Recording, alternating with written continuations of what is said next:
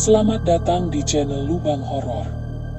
Jangan lupa like, komen, dan subscribe agar channel Lubang Horor ini terus semangat dan terus berkembang. Tanpa banyak basa-basi, ayo kita mulai ceritanya.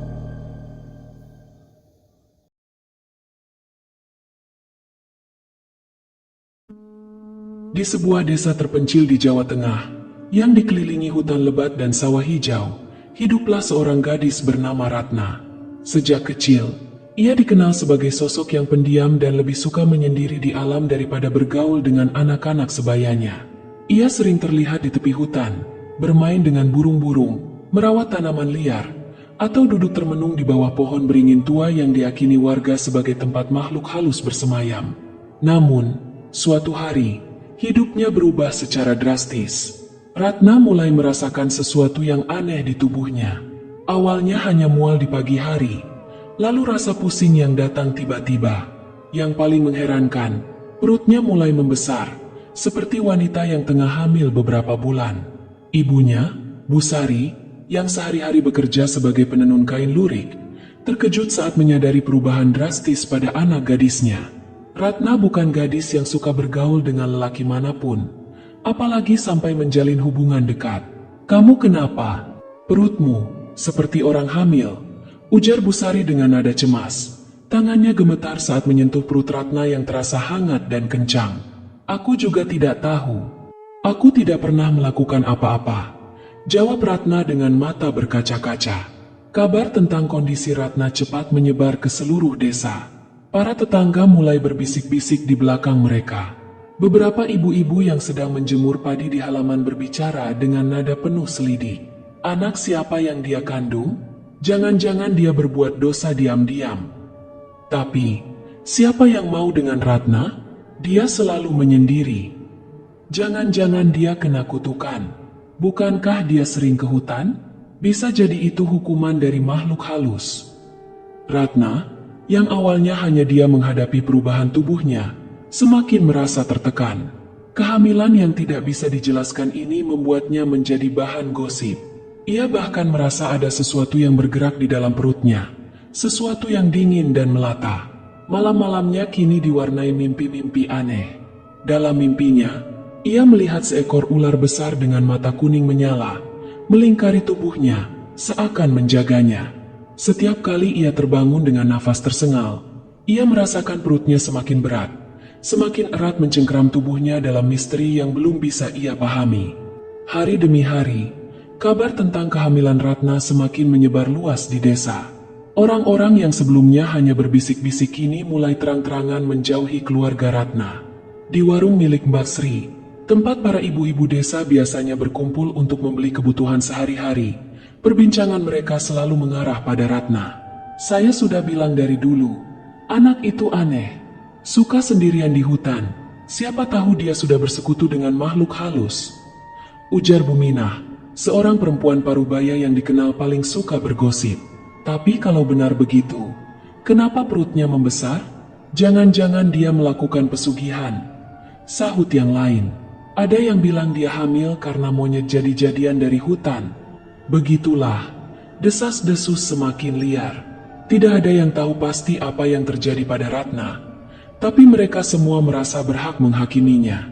Tak hanya omongan, perlakuan warga desa terhadap keluarga Ratna pun mulai berubah. Pelanggan yang biasa membeli kain lurik dari Bu Sari perlahan berhenti datang. Saat Bu Sari pergi ke pasar untuk menjual hasil tenunannya, orang-orang sengaja menghindar, tak mau berurusan dengannya. Ratna sendiri semakin terpuruk. Ia tidak lagi berani keluar rumah, bahkan sekadar ke sumur untuk mengambil air. Setiap kali ia melangkah keluar, tatapan tajam dan bisik-bisik warga seakan menusuknya. Namun yang paling menyakitkan adalah ketika anak-anak kecil desa mulai bermain di dekat rumahnya sambil meneriakkan ejekan. Hati Ratna terasa hancur. Ia ingin berteriak bahwa ia tidak tahu apa yang terjadi, bahwa ia tidak pernah melakukan sesuatu yang memalukan. Tapi siapa yang akan percaya padanya? Di dalam rumah yang mulai terasa seperti penjara, Ratna hanya bisa memeluk perutnya yang semakin membesar. Ada sesuatu yang bergerak di dalamnya, perlahan, dingin, melingkar. Ia mulai bertanya-tanya, Apakah mereka benar? Apakah aku memang dikutuk? Ratna tidak lagi keluar rumah. Hari-harinya dihabiskan dalam kamar, ditemani suara angin yang bertiup melalui celah jendela dan gemerisik pepohonan di luar. Perutnya semakin besar, tetapi bukan itu yang membuatnya takut. Ia mulai merasakan sesuatu yang berbeda pada tubuhnya. Awalnya, ia mengira hanya kelelahan akibat tekanan dari warga desa. Namun, saat ia bercermin suatu pagi, ia melihat ada bintik-bintik kecil di kulitnya, seperti sisik yang tumbuh di sekitar leher dan lengannya. "Apa ini?" bisiknya ketakutan. Tangannya menyentuh permukaan kasar itu. Semakin hari, sisik itu bertambah banyak, menjalar ke punggung dan sebagian wajahnya. Mata Ratna juga berubah. Warna hitam pekat yang biasa ia lihat di cermin kini mulai bercampur kilatan kuning keemasan, seperti mata reptil. Ia mulai mengalami hal-hal aneh lainnya. Malam-malamnya dipenuhi suara desisan yang entah dari mana asalnya. Kadang, ia terbangun dengan lidah yang terasa terbelah di ujungnya. Meskipun saat ia berkaca di pagi hari, lidahnya kembali seperti semula. Busari menyadari perubahan putrinya dan semakin khawatir. "Ratna, kita harus pergi ke orang pintar, atau dokter, atau siapa saja yang bisa membantu. Aku takut mereka akan semakin menganggapku monster." Suara Ratna gemetar. Namun, bukan hanya tubuhnya yang berubah. Ia juga merasakan sesuatu yang bergerak di dalam perutnya. Bukan seperti tendangan bayi, melainkan gerakan melingkar yang lambat, dingin, dan mendesir. Sampai akhirnya, suatu malam, saat hujan deras mengguyur desa, Ratna bangun dari tidurnya dengan nafas tersengal. Pakaian tidurnya basah oleh keringat, dan tubuhnya terasa panas. Ia melangkah ke depan cermin, dan apa yang ia lihat membuatnya nyaris berteriak. Mata itu bukan lagi miliknya, kulitnya bukan lagi kulit manusia sepenuhnya. Ratna mulai menangis dalam diam, tubuhnya menggigil. Di luar rumah, di bawah derasnya hujan, beberapa warga desa berkumpul, mengintip ke arah rumah Ratna dengan ketakutan. Mereka telah mendengar suara mendesis dari dalam rumah itu, dan mereka tahu sesuatu yang bukan manusia sedang tinggal di sana. Kecemasan Busari semakin memuncak. Ia tidak lagi peduli pada bisikan warga desa. Ia hanya ingin menyelamatkan putrinya. Suatu pagi, sebelum matahari sepenuhnya naik, ia membawa Ratna ke kota terdekat, mencari bantuan dari seorang dokter. Perjalanan itu penuh dengan kecanggungan. Ratna duduk diam di dalam dokar tua yang dikemudikan oleh Pak Dul, seorang kusir yang sudah bertahun-tahun melayani warga desa.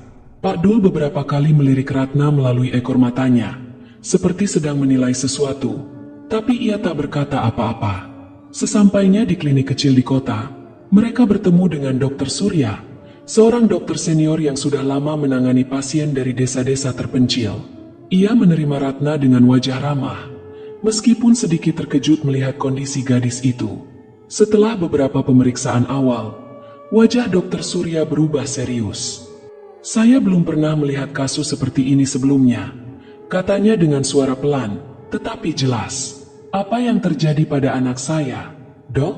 Tolong katakan." Suara Busari gemetar. Dr. Surya menarik napas dalam dan menatap Ratna dengan penuh kebingungan. Ada sesuatu di dalam kandungannya. Tapi ini bukan bayi manusia. Ruangan menjadi sunyi. Ratna menahan napas. Ia sudah menduga ada sesuatu yang aneh dalam tubuhnya. Tapi mendengar langsung dari dokter membuat tubuhnya terasa semakin dingin. "Lalu, apa yang ada di dalam perut saya, Dok?" Suaranya hampir tak terdengar. Dr. Surya menyalakan monitor USG dan mulai menggerakkan alat di atas perut Ratna.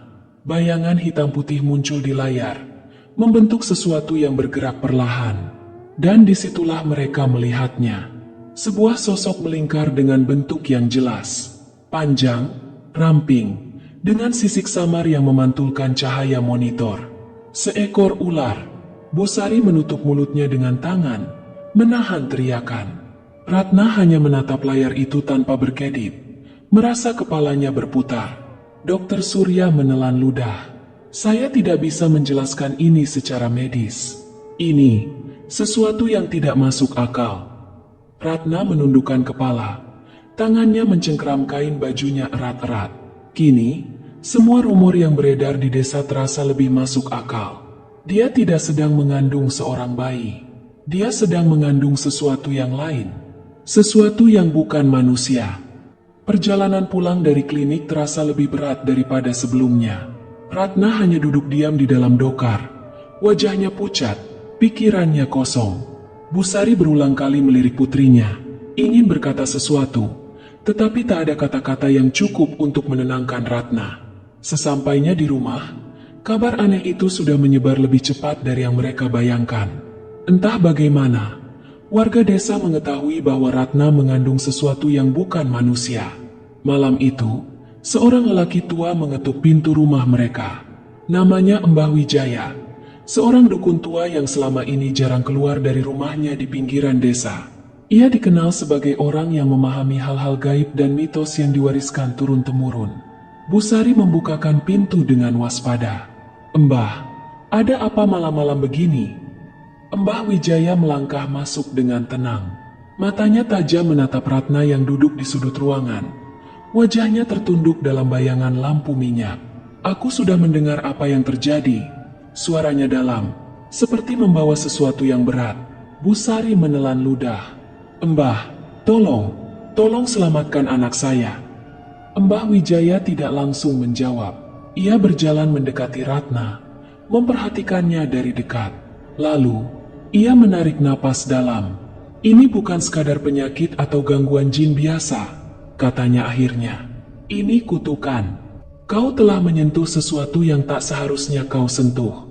Dan sekarang, kau menanggung akibatnya." Ratna mencoba mengingat. Ia memang sering ke hutan, sering berlama-lama di sana. Tapi, kutukan apa yang dimaksud Mbah Wijaya? Seolah membaca pikirannya, lelaki tua itu berkata, "Kau ingat sesuatu yang kau bawa pulang dari hutan?" Ratna membeku. Ingatan itu datang seperti gelombang. Seekor anak ular kecil, terluka, tubuhnya penuh luka goresan. Ia menemukannya tergeletak di tepi sungai di dalam hutan, menggigil dan hampir mati. Ia membawanya pulang. Ia merawatnya. Ia bahkan memberinya nama. Tapi suatu hari, ular itu menghilang begitu saja. Ratna menatap Mbah Wijaya dengan mata membelalak. Anak ular itu. Suaranya bergetar. Mbah Wijaya mengangguk pelan. "Ular yang kau rawat bukan ular biasa. Ia adalah anak dari sang naga hutan, penjaga wilayah ini sejak ratusan tahun lalu. Ibunya mengira kau telah menculik anaknya, dan sebagai hukuman, ia telah menanamkan benihnya dalam tubuhmu." Ratna merasakan darahnya membeku. Busari terisak. Tangannya menutupi mulutnya. "Tapi, Mbah, bagaimana cara menghentikannya?" Suara Ratna bergetar. Aku tidak bisa hidup seperti ini." Mbah Wijaya menatapnya lama sebelum akhirnya menjawab. "Satu-satunya cara untuk memutus kutukan ini adalah, kau harus mengembalikan apa yang telah kau ambil." Ratna menahan napas. Tapi bagaimana jika yang harus dikembalikan sudah berada di dalam tubuhnya? Ratna tidak bisa tidur malam itu. Kata-kata Mbah Wijaya terus terngiang di kepalanya. "Kau harus mengembalikan apa yang telah kau ambil." Tapi bagaimana caranya? Ia berusaha mengingat hari ketika ia menemukan anak ular itu di tepi sungai di dalam hutan. Ular kecil yang terluka, tubuhnya lemah, matanya memancarkan sesuatu yang berbeda, seperti kesedihan atau mungkin ketakutan. Saat itu, Ratna tak berpikir panjang. Ia membawanya pulang, merawatnya dengan penuh kasih. Ia memberinya makan, mengusap sisiknya, bahkan berbicara dengannya seolah itu adalah sahabatnya sendiri. Tapi sekarang, ia mengerti bahwa tindakannya telah membawa bencana. Keesokan harinya, Ratna memutuskan untuk kembali ke tempat di mana ia menemukan anak ular itu. Dengan langkah berat, ia berjalan ke hutan, ditemani Busari dan Mbah Wijaya. Pepohonan yang menjulang tinggi terasa lebih gelap dari biasanya, seolah mereka juga menyadari kehadiran sesuatu yang besar, sesuatu yang tidak ingin diganggu. Saat mereka tiba di tepi sungai, Ratna berlutut. Tangannya menyentuh tanah yang dulu menjadi saksi pertemuannya dengan anak ular itu. "Aku tidak tahu harus berbuat apa," bisiknya pelan. Tapi jika kau bisa mendengarku, aku tidak bermaksud menyakitimu atau keluargamu. Aku hanya ingin membantu." Suara gemerisik terdengar dari semak-semak di seberang sungai. Mbah Wijaya langsung menegang, sementara Busari memegang tangan Ratna erat-erat. Lalu, dari balik bayangan pepohonan, sesosok makhluk perlahan muncul. Seekor ular raksasa, lebih besar dari yang bisa dibayangkan manusia biasa. Sisiknya berkilauan seperti emas yang disepuh cahaya matahari. Matanya tajam dan penuh kewaspadaan. Sang naga hutan telah datang.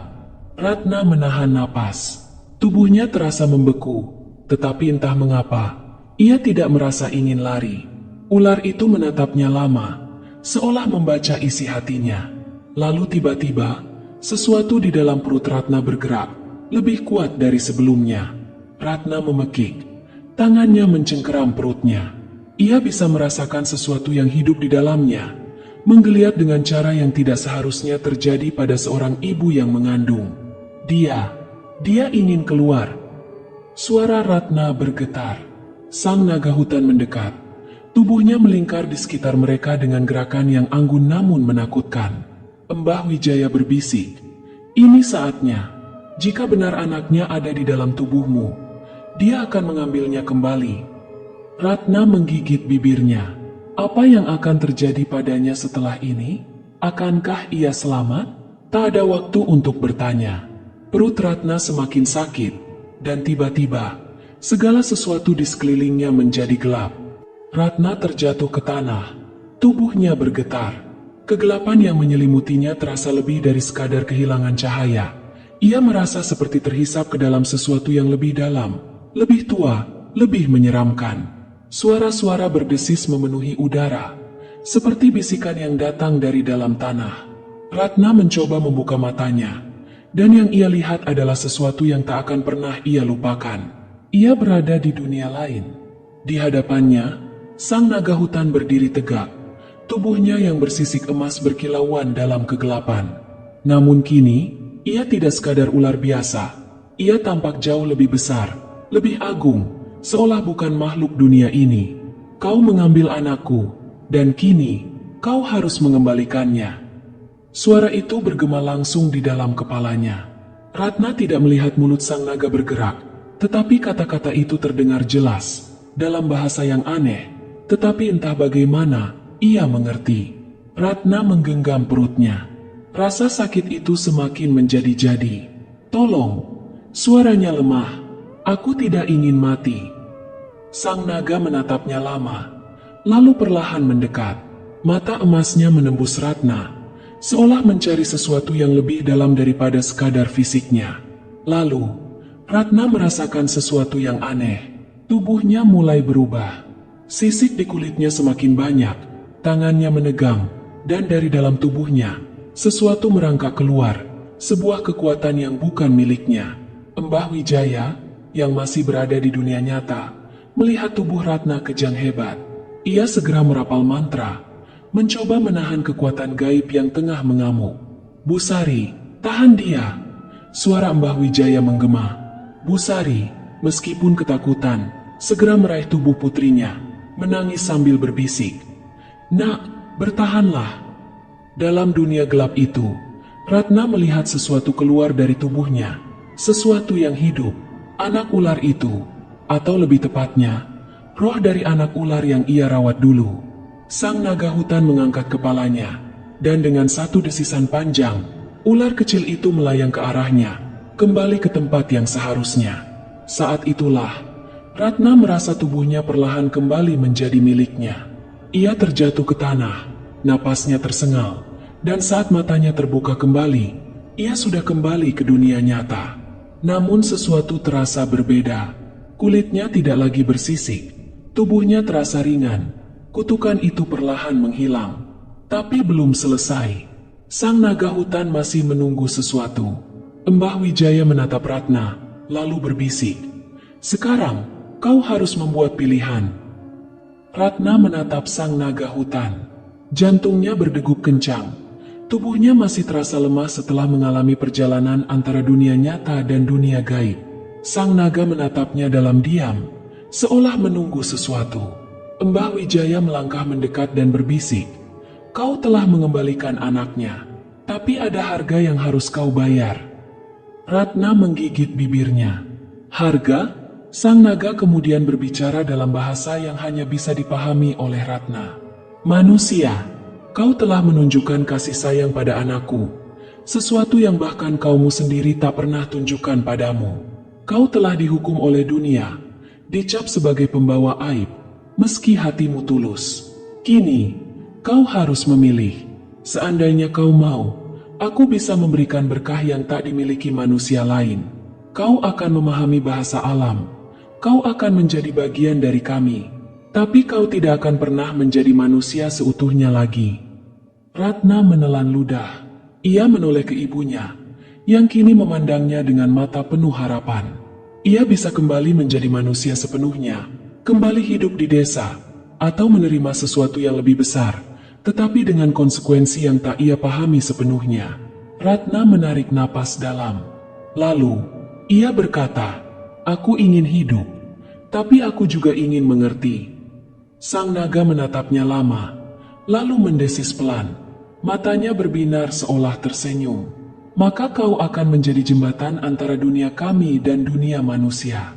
Tapi ingat, tidak semua manusia bisa menerima kebenaran." Ratna merasakan sesuatu mengalir di tubuhnya, bukan rasa sakit, bukan penderitaan, tetapi kekuatan.